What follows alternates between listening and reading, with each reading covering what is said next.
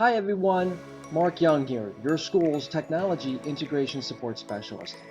This video tutorial is designed to walk you through the process of submitting a technical support ticket at Webster Groves High School.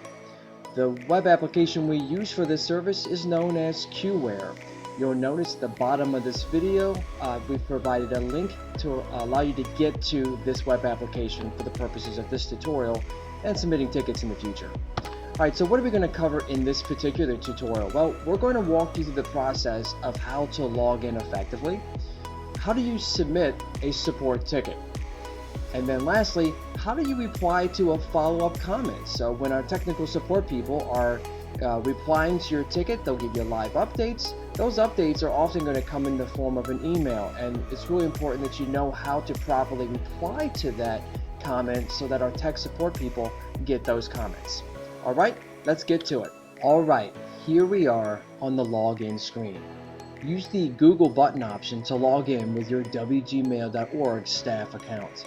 You can see on my screenshot, I've logged into the site before, so it will remember my email address going forward.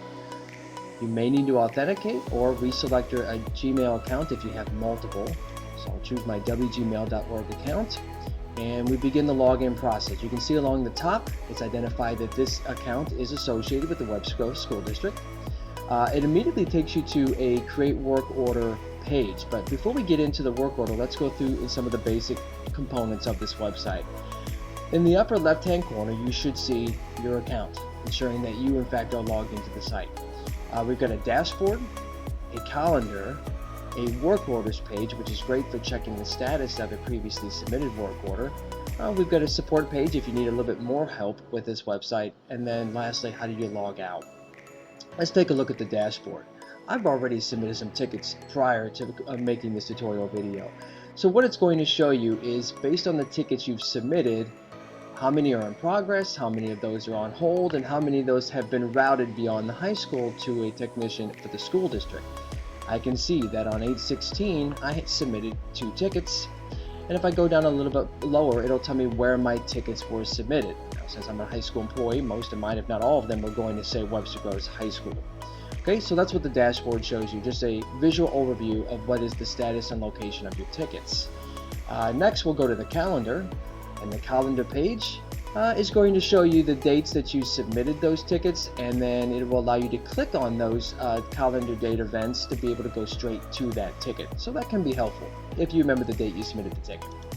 Alright, so let's get into submitting a work order. Something is not working properly. Again, this is for devices or maybe software that needs to be installed, but maybe devices that aren't working. If you're needing instructional support, or if you're needing walkthroughs and tutorials, reach out to me in the role of Technology Integration Support Specialist, and we'll set up a date where we meet. So this is for things that are just simply not functioning, or maybe software that's missing. So on this page, those same work orders that I submitted and you saw on the dashboard, they're visible here. I can see the work order number that has been assigned to that particular ticket. You can see the type, it's corrective. What is the status? Status is really important if you're a few days past the ticket and you're wondering what's going on with my ticket. Where is it in the overall queue? So I've got one here that's on hold, and I get a description as to why if I click on the ticket. I've got another one that says actively in progress, and then you can see I have a third ticket that is routed to the school district. I can see the locations in which those tickets were identified as, so you as the employee or the teacher are going to say where you're located. I can see that it is in fact me that submitted the ticket, and then the dates those tickets were submitted. Alright, if I click on a link of a previously submitted work order, I can go in and get more detail about that ticket. Off over here to the right, it's really important to note that this is the proper way to apply to a ticket. And that's one of the purposes of this video, step 3, how do you reply? It's right over here. We'll come back to that. I can go through here and see my original comment from my ticket and where it was located. Okay, so that's how we can go back and see previously submitted tickets. Alright, let's submit the all-important work order, a new one. So what I'm going to do is down here in the bottom right, you will see a plus symbol. Click on it. A screen will open up to create a work order. Alright, It depends on the type of work order you're submitting. There are two options. We've got facilities and technology. This video is going to focus in on just the technology component. So we're going to choose technology. And then in the description box, this is where you want to provide a very specific description of what is it that you need help with. Try to avoid generalities. Be specific. What is the number assigned to the computer? What is specific software you needing help with, and tell them maybe what is specifically not working, what needs fixed, what would satisfy your concern with that component. Alright, so I'm just going to go through and just put in a sample description here for the purposes of this tutorial video, and I'll press next. After I do that, I'll go to a second screen which needs me to identify which school in the school district I'm having concerns with. This is really important. Some of you work in more than one school building, and so you may choose different locations at different times. For the vast majority of our staff, we'll go right down here at the bottom where it says Webster Groves High School. Next to locations, I need to put in my room number or the name of the space. So I'm going to type in 248A because that is my classroom location, and you'll see that 248A will pop up.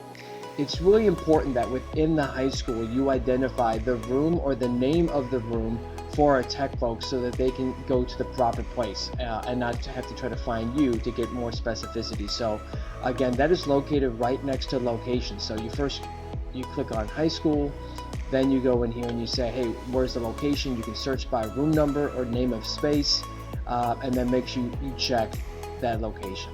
Really important. Alright, so if I go next here, again, I already showed you this part, but this is where you can upload a screenshot, so forth. Press submit. After you press submit, the appropriate technical person is going to be notified of your work order, and they will address it based on priority and location in the overall work order queue. Once you submit your work order, if you go back to the work orders link over here on the left, you will see that your work order will appear in this list. Now, I've been told by our folks here at the high school that if our technical folks reply to your work order or give you some kind of response as to what's going on with it, it comes through Gmail. And it's going to be very tempting to want to reply to that email in Gmail, but you'll notice that the sender is marked as do not reply. The proper way to reply to an email that comes from this website and our technical staff is to log back into this website, so maybe bookmark this one, go to the work order, and over here on the right hand side you will see, in our case, in our building, Amy has told me that there is a response to my work order. She's letting me know there's going to be a delay in fixing some clocks throughout the building. This reply button right here is where you would actually appropriately reply. I'm told if you reply to the email, it may or may not get to her, and so you may think that you're going to get a response from her, but she's never received it. So really important that we go here inside the website for the specific work order and mark the comment there and then post it. Alright, that's it. That's the process here at the high school of submitting a work order. If you need any help doing this, I'm more than happy to help you. Rewatch the video or reach out to me, young.mark@wgmail.org. I'm in room 248A, and my number here is 11938. Okay, take care, everybody.